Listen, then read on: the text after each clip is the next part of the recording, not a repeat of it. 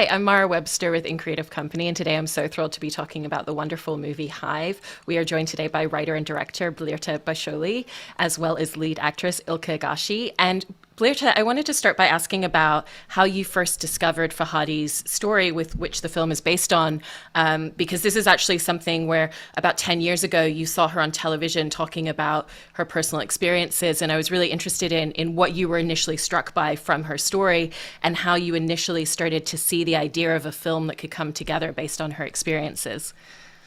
Yes, and yeah, really nice to be here and talking to you about our film. I was in US when I heard the story of Fahrije, and I was in a time when I was trying to do something with my life, with my career, studying for film, and I think I was doing a homework and writing my second film at NYU, and the TV story about Fahrije came on, and my then boyfriend, now my husband, likes to watch a lot of news. And luckily, he heard the story and called me and told me there is this woman who had lost her husband during the war in Kosovo and started to work and got a driving license, and she was prejudiced about it. I was born and raised in Kosovo, and I know the culture. I come from this society, and I'm proud of it. Yet I was really surprised that she was prejudiced about it.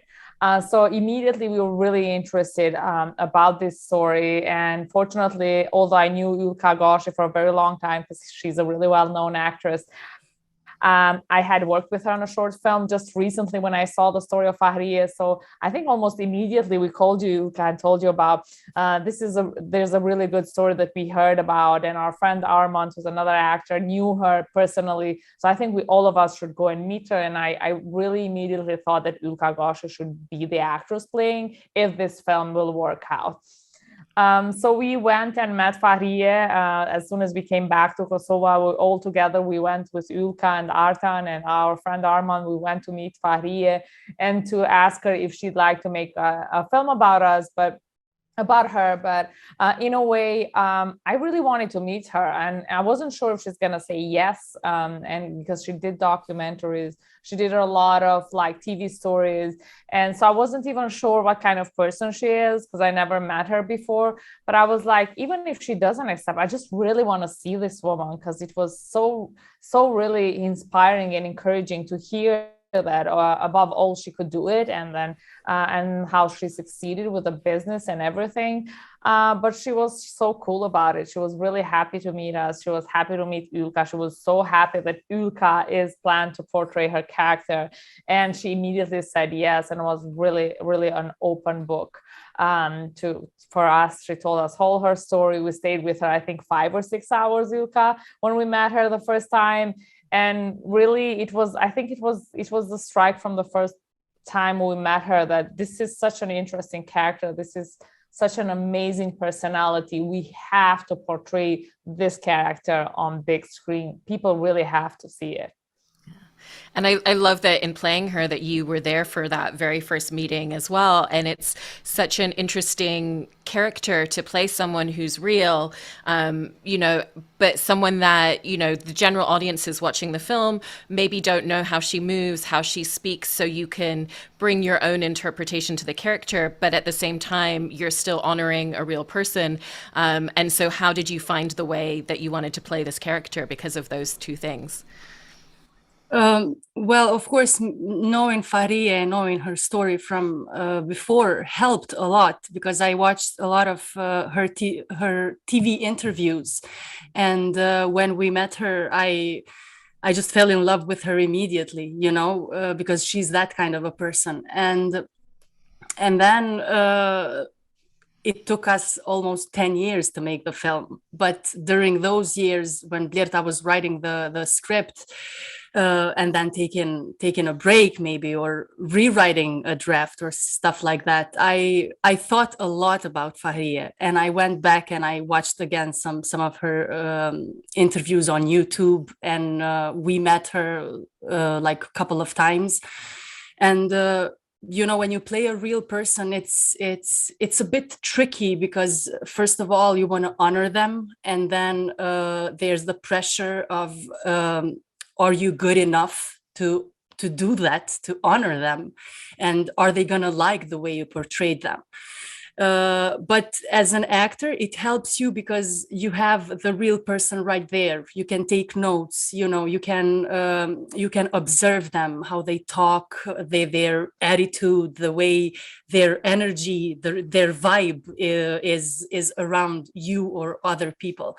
And I love Fahrije so much, and I thought about her like for such a long time, and it became a mission and a dream for me to portray this remarkable woman. And of course, I trusted Blerta, which is very important, because I think when you make these kind of films, it's absolutely crucial to have that kind of trust, director and actor together, and together to build it. Because you can do a great job, but if they edit your scenes, or they don't get that emotion out of you, then your work goes to hell, and vice versa. But we had that, we lived with this dream, both of us, me and Blerta, for a long time. And then we just were super honest on bringing everything that we knew and we could under those circumstances to honor Fahrije and to honor her story. I also love that she said at one point, I think to the two of you, that she thinks that she still would have started a business and still would have done many of these things even if her husband had returned home. And when you heard her say that, was it really important to make sure that you were telling a story about a woman who doesn't find strength because of the circumstances, but that's always who she was? Because if we look at her at the beginning of the story, we already feel that in her essence. I'm really glad you brought that up, because yes, there were moments when people commented, even in the script stage, but also in the first cut of the film, that maybe the character is starting off strong and then we don't see her become strong throughout the film. And at some point I was like, I mean, that scene was always for me the first scene of the film. But then when somebody says, yeah, I was like, I might just try it. Okay, maybe you're right about it. And then I tried it the other way and I was like, no, but Fahrije was strong. It's not, I mean, circumstances, of course, made her make a lot of decisions. But for me, when she told me that she would have done the same if her husband would have been alive. One time she told me she never imagined herself as a housewife. Nothing wrong with being a housewife if you choose to be. But in villages like Krusha, women are expected to be housewives. And whether they want that or not. And for me, Fahriye's choice, she didn't even have a chance to go to university, so she's not even educated for business, but she had the vision, she had the love to do it. And she was like, I never imagined myself as a housewife. I always wanted to work. And if my husband would have been alive, I would have opened a business with him. And I was like, yes, but that's a character. That's why she could do it all. Because I know it happens that sometimes circumstances make you stronger and then you become stronger. And that works really well on a storytelling. But Fahrije was special about so many things because she was a good businesswoman. She had a vision. She was like, I wanted to stay sane for my kids so I don't lose my kids. And she couldn't imagine herself just staying at home and crying. So she's like, I wanted to do something. Of course, I cried, but then I wiped my tears and went to work. And this is what helped all the other women as well, who helped her as well, that they just joined their forces together and moved on. And for me, that's like only a special person can do it. She was their leader. She was their friend. She was their psychologist, because they would gather together to cry, laugh. And a lot of times she was like, when women were crying, I would just turn on the music and make them dance. And I was like, who does that? I mean, she just really didn't want to let them cry the whole time. And I thought and plus she was very present in the media, which this is how we got to see the story, but also how a lot of people got to know about her and were inspired by her. So she just changed the whole mindset from the whole village and the country, I think. So in many levels, she was this special person that was strong from the beginning. I think that's why it was, for me, important that we see her from the beginning to get on that truck, because she was that kind of person.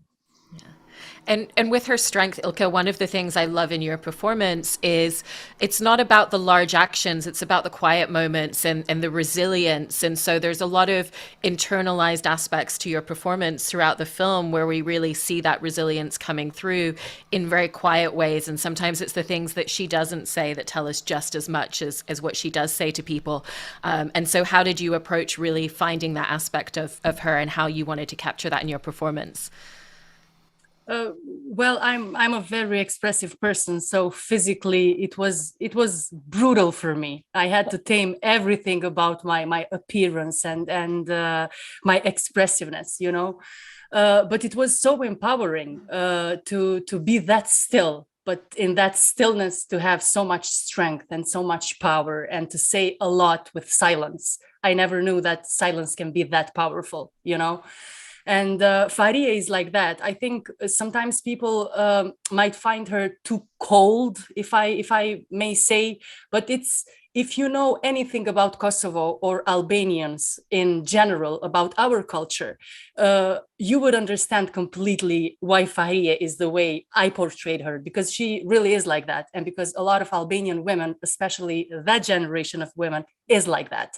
They are strong, they don't show that much emotion, they are very vulnerable, to be honest, but they don't show that much, you know.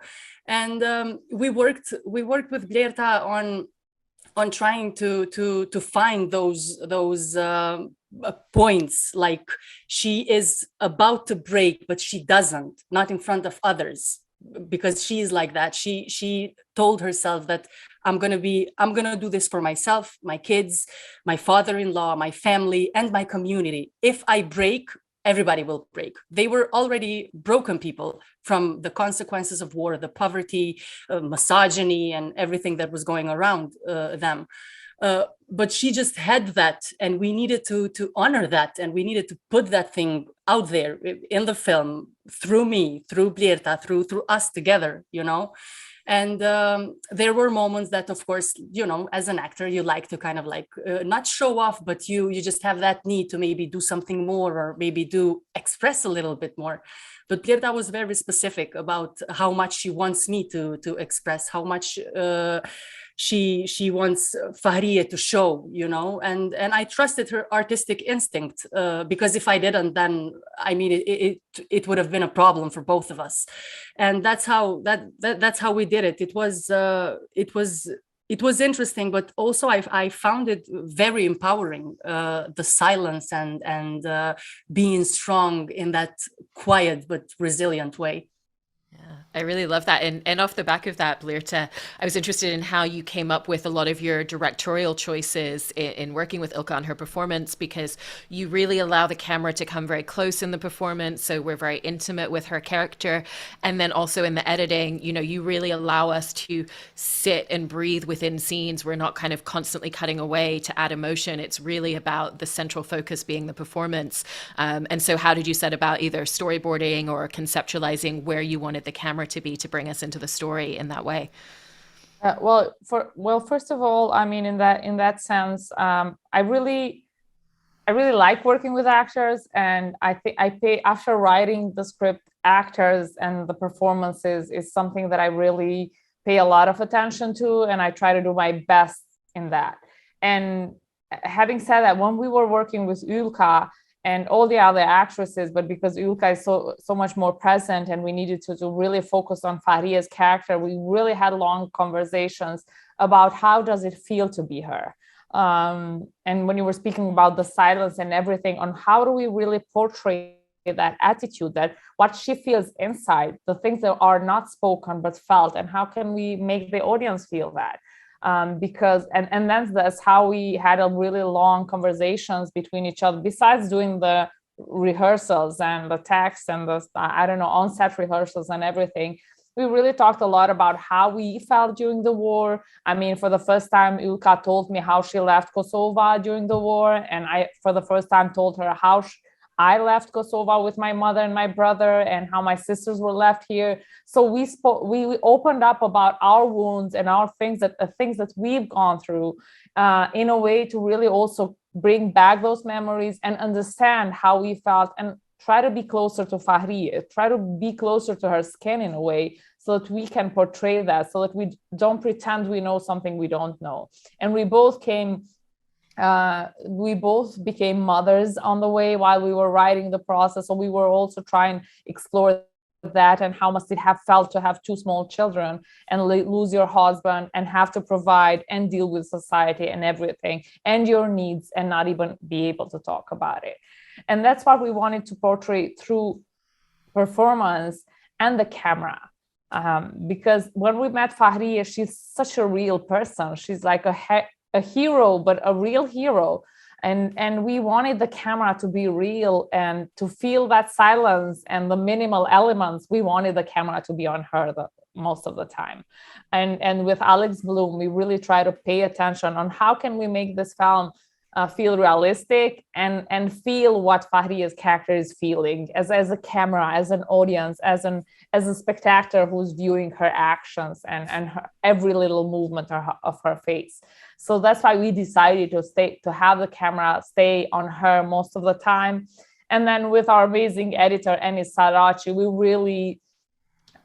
were really paying attention on focusing the story on Fahrije and how do we really tell that empowering story of her in a very intimate way. So also in editing, we did a lot of we paid a lot of attention of where should we cut, when should we see 3 frames. When people tell us 3 frames, they play a lot of role. I think sometimes we neglect it, but in this film, it was really about 3 frames more or less to really get the moment of Fahrije, whether when she was alone or whether she was in the group with women. So I think we all try to really build around how does really Fahrije feel and try to portray that in camera, editing, acting, everything.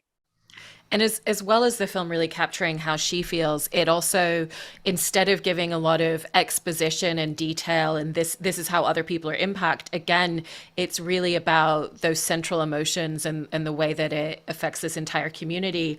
And a couple of scenes that really stood out were the moment where you have everybody kind of standing around the steps and people are holding pictures of their lost ones, or the scene inside where she's going to potentially identify the clothing of her husband and you have the tables all lined up. And I was just interested in how you wanted to approach filming scenes like that to really capture the emotion and the impact that it has on a community, and why it was more important to tell the story in that way than giving us a lot of expositional details.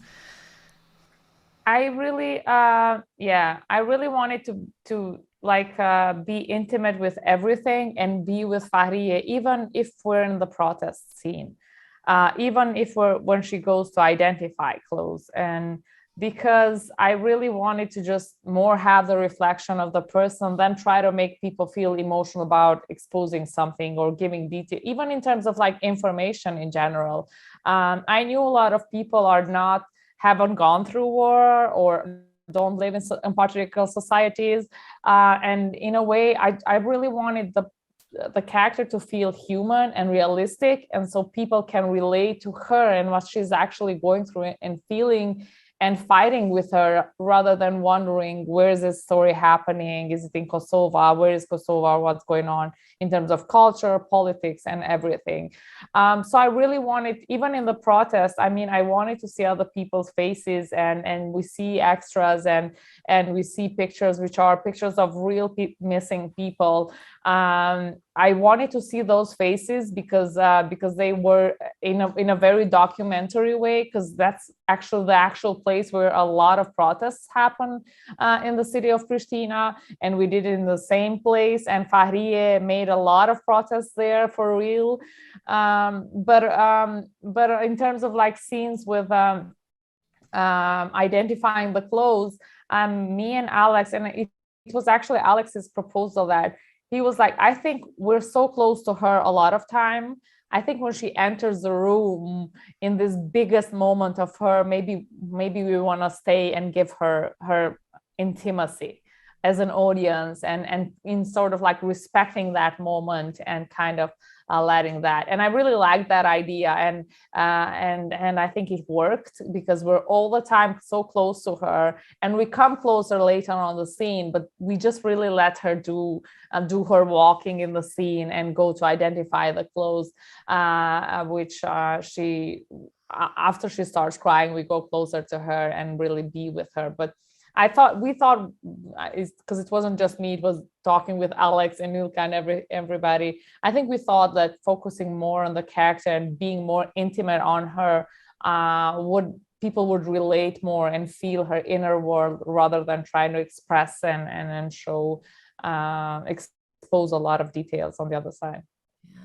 And Yllka, off the back of that, I was interested in hearing about, your experience and how you found your performance in that moment where she is going to identify the clothes, because off the back of what you were saying before about kind of how she's a character who holds everything in, that is one of the moments where we get to see everything. And it's not even just that moment, it's the culmination of being in this kind of holding space of grief where she can't even necessarily move on because she doesn't know what type of grief it needs to be yet.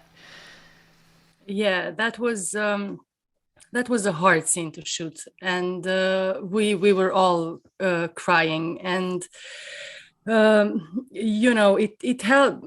I mean, as ironic as it is, the background, like being a Kosovo kid who was a refugee and who was a war survivor in a way, those things, those experiences help you as an actor. You don't have to imagine. You know exactly how that feels. You know exactly how it feels to lose somebody, a loved one, or the fear of war and everything, because we have been through that. We lived that those are our experiences. I wish they never happened, but they did. And now I just embrace them and try to use them for my performances, which is a plus in a way, in all the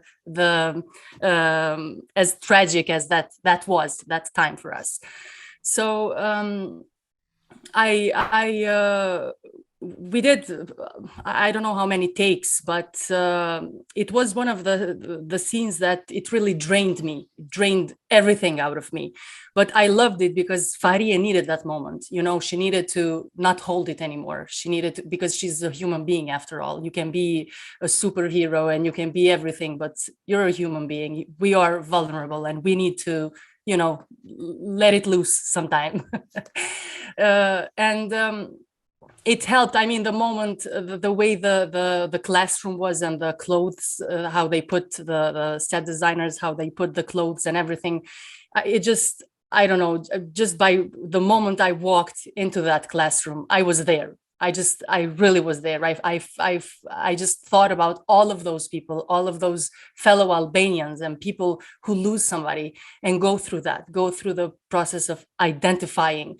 As much as you maybe want to know that at least I have an answer, it's a closure, it's the end, I found them. They're not anymore, but I found them. At the same time, you don't want to find them. It's that kind of dilemma. But I felt that it was honest and it was real and raw and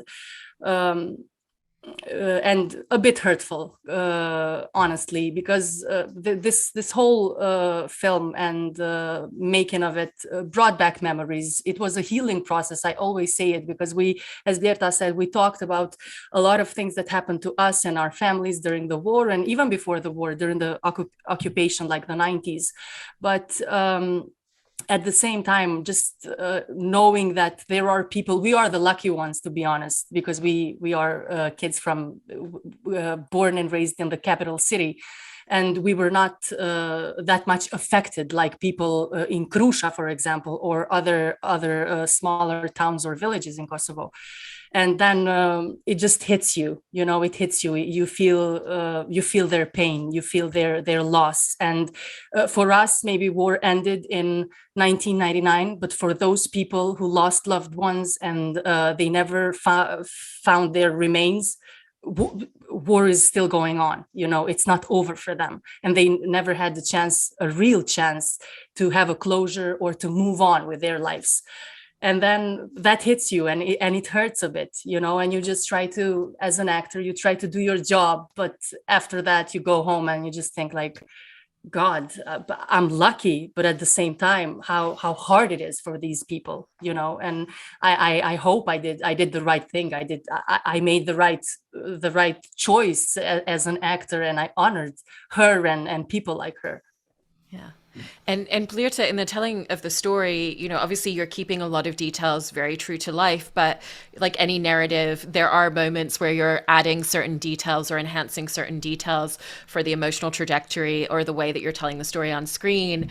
You know, one example is the table in the home, you know, that belongs to her husband is something that you added to the story because that's a real that table represents her husband's presence and the lingering presence in the home, even though he's not physically there, and what it means to her emotionally when she has to potentially try and sell this table, not because she wants to, but for the money because of the emotional connection. And so what were some of the other details like that you really wanted to interweave into the way that you told the story because of how they enhanced the truth of what you're capturing on screen? Yeah, one of the stories that was always for me interesting was the bees. That I'm really scared of insects, but I decided to make a film with bees. But Fahrije told me once that she started a business with bees because some international organizations gave bees to the women so that they can make money from something. And she was like, but they didn't like me. She was like, because I was sad every time I would go to them and they would just sting me. At some point she was like, I ended up at the emergency room because so many bees stung me. And I was like, that's really I didn't know that about the bees. And when she told me, I was like, that's so interesting because I didn't know that bees can feel how you feel and be scared of you. And if you're like upset and not calm with them, they can sting you.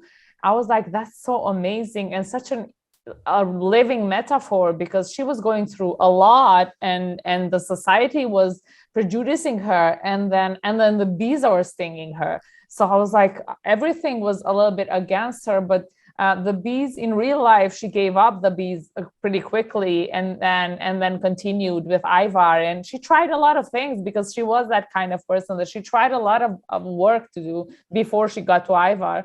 But for me, it was interesting to keep the story of the bees because of what they represented, and because I thought through that we can tell her inner world more, and without having to explain a lot, and through them to kind of find the healing process that she does in the end of the film when she makes peace with them. So that's something that wasn't in real life. She didn't keep the bee. I mean, she kept them for a while and tried to sell honey, and honey wasn't selling, and the bees wouldn't produce a lot of honey because she didn't know how to work with them. But for me, it was important to keep it as a memory from the husband, and also as something that would tell us more a little bit about her inner world and her anxiety. Because for me, it was always interesting. She lost a husband in many ways. She lost a husband because she lost the person she loved. Then she lost, because she lives in a patriarchal society, she lost the man of the house, and then she lost the father of her children. So I think for her, it was every corner, every time, every way she would turn her head, she would feel his absence. And I wanted, and how do you portray that on a film? So I wanted to use these elements because, as Yllka says, there's no closure to their story. Really, their pain must be so big that every day they feel something reminds them of what happened to them. And how do you portray that on film? Besides trying to use these small elements that really remind the audience also about how hard it is how hard it is anyhow to lose someone, but also specifically when you're living in certain society. Yeah. I mean, I love that mention of part of the presence and the way that we feel him is even just that kind of like turning around and feeling his presence. And so off the back of that, Yllka, what are some of the ways, or what were some of the challenges in creating a performance where you're bringing this character's presence who's never present on screen, and yet we still feel him because we feel your character's connection to him at every single moment in the way that you're giving your performance? Well, when I met Fahrije, not the first time, but the second time, I asked her some personal questions, because she's friendly and she just loved us from the beginning and was open to work with us and help us and inspire us. And the question that I asked her, those are the ones that helped me understand the way she felt for real about her husband, and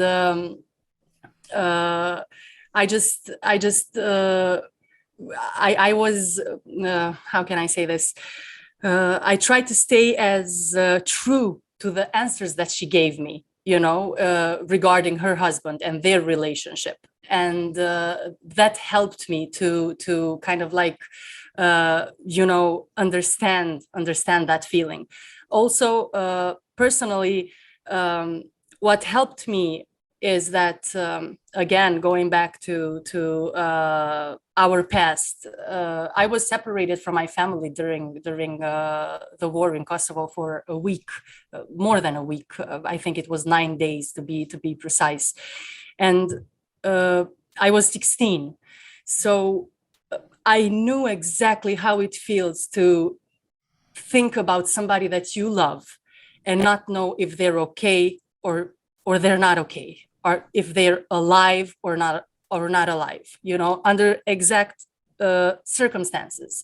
Because Fahrije was, the war took her husband, but the war never ended for Fahrije or for her community, and there was always, she had her inner war, like she wanted to do something and she was judged for it, and she didn't have money to start building something, this and that. And I understood those from my own experiences. I just took parallels of my experiences and what she told us and how Blerta was telling her story, and they just kind of like, they connected, the dots connected, and it became the whole after a while. And again, of course, I always trusted Blerta, and any question that I had, any doubt that you may have about yourself as an actor, like, is this okay?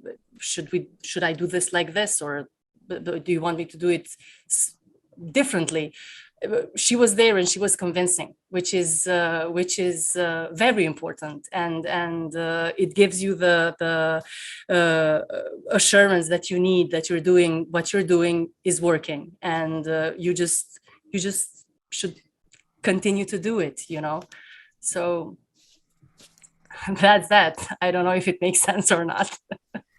It makes so much sense, and I appreciate both of you sharing so much detail about this film. It's a really, really remarkable and impactful piece of storytelling. So thank you so much for taking the time to talk all about it. Really appreciate your time today.